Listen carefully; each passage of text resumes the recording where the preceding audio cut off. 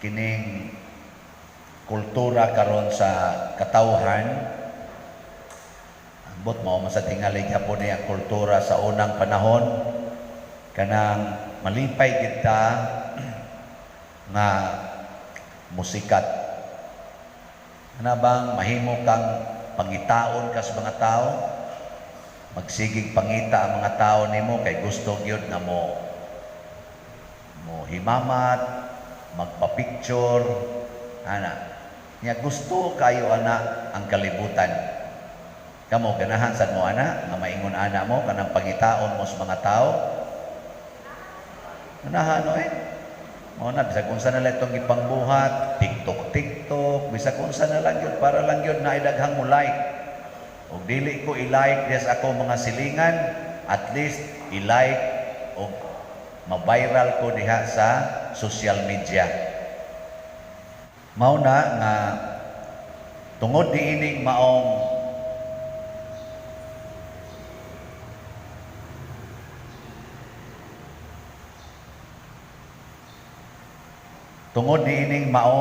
kinaiya nga magpasikat kita na nag-away na ta, imbis magkahiusa na nag-away na, naglinibakay na naghimo nag mga fake news aron daoton ang katong nisikat nya ang nagdaot mao na say musikat.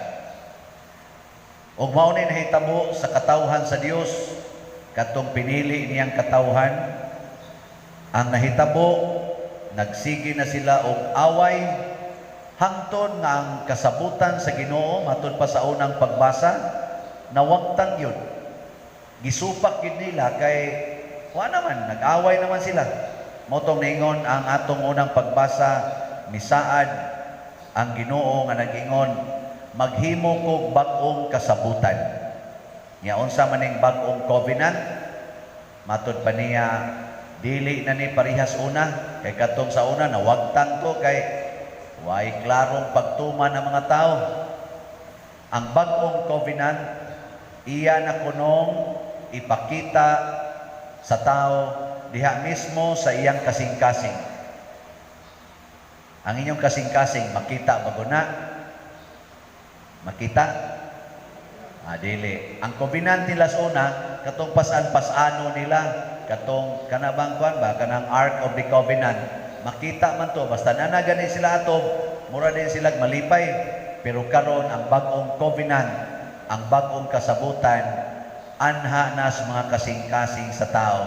Matod pa sa unang pagbasa ng pinaagi ni propeta Jeremias, ningon diri nga dili na kinahanglan nga tudluan ang usa ka tawo sa iyang katagilungsod bahin sa pag-ila sa Ginoo. Kay sa una god, tudluan man gina kanang gamayng bata, ila ginang tudluan ang mga pulong sa Ginoo nga naa gitudlo ni Moises, ila ginang ipangsuwat sa ilang bungbong, ibalik, ipapilit pa na silang agta, nga silang bukton, memorizon gina nila. Mao nay timailhan nga ikaw pinili nga katawhan sa Dios kung makamemorize ka sa pagtulunas Ginoo. Karon ingos Kristo, di na nako kinahanglan. Ingon ang Ginoo ba? Anha na Dios kasing-kasing. Karon unsa man ning maong kasabutan nga ang tao ba mahimong idila mapariha siya sa Ginoo nga inila basta kamao siyang muantos. Mora na ningos Kristo sa to imo siya nasubo. Sa tiyang giingon diri. Nasubo ako. Unsa may akong isulti, moingon ba ko o nabalaka ako? Unsa may akong isulti, moingon ba ako amahan kuhaan ning maong pagantos? Siya dili. Mao ni hinungdan sa akong pag-anhi aron magantos. Lahi kayo ang Kristo no? Aron musikat ka pagantos. Nya unsa man pagantos? Higugmaa ang mga tao nga kusog kayong mupaantos nimo. Mao nay makapasikat. Nya natuman ba si Kristo? Nasikat ba siya? Uy, tubag uy. Oh. Nya kamo gusto mo musikat? Aka na, sunda na. Luyo na to ay. Atong gipasikat diya, butang ginatos luyo kay nindot kay tan-awon nga gadupas cross ba, agas diri ngari dapay purong-purong tunok. Mao nay nakapasikat niyang maayo. Nga hangtod karon 2000 na katuig ang milabay, 40 lang yapon niyang sikata. Kay matod pa niya sa atong ebanghelyo, gawas kun ang liso itanom og mamatay, dili gid na mamunga og daghan. Ang kanang lisos mangga ba? Kailam og mangga? Ibutang na sa inyong atop. Itongtong ba sa inyong atop? Niya iniglabay sa mga 20 katuig, 30 katuig. Unsay mahitabo na? Imagine na. Madunot, mawagtan, malata. Nyawa na gyud, wagtan na gyud. Pero itanom na dito sa kuan. Itanom na dito sa unahan sa inyong balay, dito sa yuta. Itanom ba? Sa may mahitabo? Mao gyapon, mawagtan gyapon. Pero kay gitanoman, oy, motubo ang dakong punuan. Ay, dakong punuan sa mangga dias gawas ato simbahan ay. Mamunga day na siya daghan kay mangga. Nya, hay naman tong liso. Itong sa kabuk liso, asa naman to? Patay na. Pero namunga siya daghan. Muna namatay si Kristo nga ang iyang mga followers wa kaabot siguro tong mga 1,000 kabuok. Nya ang iyang mga solid nga mga tinun-an katong 12 ka apostoles nakuhaan pag yung usa kay nagbudhi 11 ra gyud kabuok ang solid kaayo nga iyang mga tinun-an. Naguol ba si Jesus? Sus, mamatay ko. 12 ra gyud kabuok, 11 pa gyud kabuok, kajutay sa akong followers. Patay gid sila. Mao ba gud? Wa mahadlok si Kristo oy. Unsa man iyang gitudlo diri? Niingon hinuon siya, ang gusto nga mosunod kanako kinahanglan sad nga mosunod sa akong pagpakamatay. Ang iyang hinung gitudlo siya mga apostoles, pagpakamatay sad mo. Nya ang iyang gusto nga mulambo ang iyang simbahan, pero ang iyang gitudlo pagpakamatay mo. Ana nga matay yung hurot, gipang martir. Nya ang saman, nabuhi ba ang simbahan na gitanom ni Kristo, gitukod ni Kristo sa kalibutan? Nabuhi na nagtap-tap sa mga naong ay mga patyuno na sad. O nya, kanang inyo rong pagtap-tap sa inyong naong, makapabuhi ba na sa simbahan? O mga matay mo aning COVID, kita mga matay taning COVID, makapabuhi ka ni sa simbahan? Dili kata maliwat atong liso nga gitungtong ras atot, wa gipugas, patay lang yapon pero wa gyud mamunga. Nindot gyud nang ipugas. Nakaron unsaon man pagpugas sa atong kaugalingon, diha sa kasing-kasing sa atong isig katao. Sama ni Kristo gipugas niya ang iyang kinabuhi dinhi sa atong kasing-kasing, pinaagi sa pagpakamatay para nato. Karon, tistingin na ninyo, pagpakamatay po mo para sa inyong silingan. Awa, di ba? Di gina mapapas ang imungan, nakatatak gina sa ilang puso. Nya kamo, andam na mo magpakamatay para sa inyong silingan. Kanang silingan ninyong lingkod, lingi ako na. Kana ba? Kanang naong nga na, andam ka magpakamatay. Anang naong nga ba? Kana mga buutan man ni aron din kay nanimba man, buutan-buutan pa ni. Og dili ka kamo magpakamatay ana, labaw na nga tos mga manuyupay, ngadto atong tuang imong silingan nga sigig panglibak nimo. Labaw na atong tuang nga sige rog inom dito or mga tapulan kay dagko. Sige lang tanaw ng cellphone, sige lang gawa ng computer. Nya, mga masinupakon pag yun kayo, unsay imong isulti, supakon pag yun. Unsay imong gidili, mausay buhaton. Nya, makapakamatay pa kanila. Dili. Wa mo'y klaro eh. Mawagtang ra kita. Wagtang ra kita sa passing. Sige ka na be. Practice lang ang inyong tupad. Ano yung tupad ba? Practice. Sultihin ko na siya, andam dyan ko magpakamatay para nimo. Okay, practice lang ba? Di ko na tinuod ko, practice lang. Andam dyan ko magpakamatay para nimo, Brad, or para nimo, sister, or kaila ka niya, nganli iyangan. Okay, ready? Ang mulingi, malangit. Ang di mulingi, may perno. Sige, ready? Get set, go. Okay. Andam, mubura ka kayo na. Andam yung kong magpakamatay nimo. Tanawa yan now. Ang kanay mong, mag-iuban ni lingi, congratulations. Kanawa mo lingi, duda na ko ninyo. Adog yung mo sa impyerno. Pulong paganina, nalisod mga ikagsulti. Unsa nakaog buhat. Unsa may mga buhat sa pagpakamatay. Diri sa ikaduhang pagbasa, gibutang diri ang pagkamasinugtanon ni Kristo. Obedience is form of dying. Muna kaming mga pari na among vow of obedience to the bishop. Unya kung i-assign mis parokya nga daghan kayong mga tao nga magsigig libak namo, magsigig daot namo, nya gamay pag yung kay kolekta. Tungod kay gisogo mis obispo digin mi mo reklamo. Magyaw-yaw ra mi sa hilong.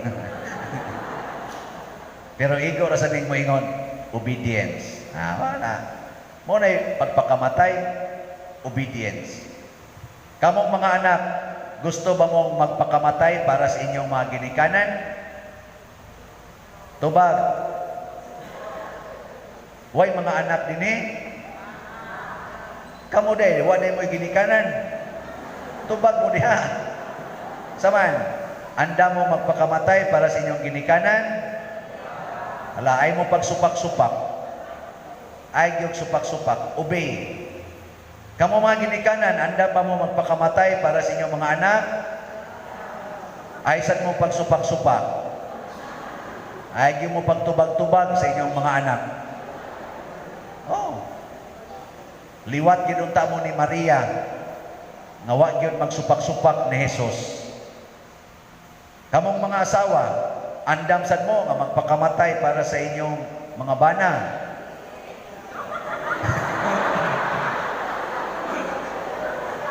Ha? Ala, ay sad mo pagsupak-supak anang inyong bana. Sunda ang tanan niyang isulti. Ana.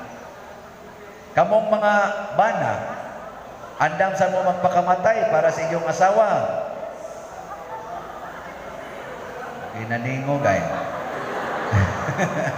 Ay sad mo pagsupak-supak sa inyong asawa. So, mao na obedience.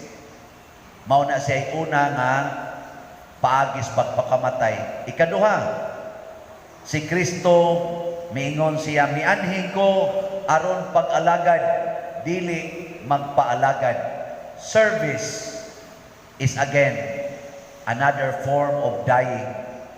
Mga asawa, aron matanom ninyo ang inyong kaugalingon, nganhas kinabuhi sa inyong mga bana, alagarin ang inyong bana, maging sino pa man siya.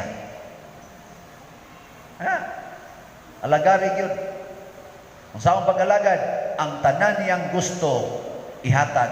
Ang tanan niyang ikinahanglan, tubagan. So, inigkablit at tubangan. Inigdumog, dumugasan. Bahala ng mga tangtang na ng inyong mga postiso, kung bati mo niya. Ayaw malibari. Ano na siya? Punaim sa gadiyang wakli, yaw-yaw pa ka. Iguang na ta, hasol tayo. Hilas.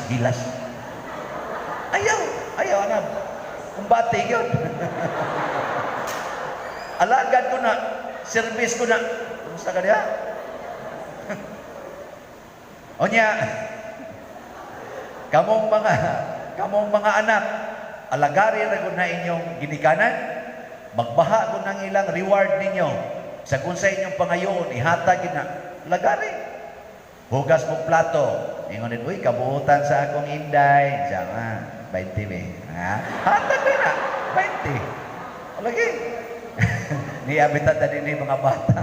Anong taga, mga bata na to diya, akong barkada diya mga bata. Oh, abutan ko rin, silhig din na sila. Bisa kong way sagbot, silhigan kina nila. Nya katunong doon sagbot din noon, kuhaon, nagkanay kung way sagbot. Ani dool ba? Silhig na lagmayo. Nag-uudong sa inyong ibuhat ron doon. Yan, dilhig di pader. Yan, ang sawan. Piso din. Piso pader.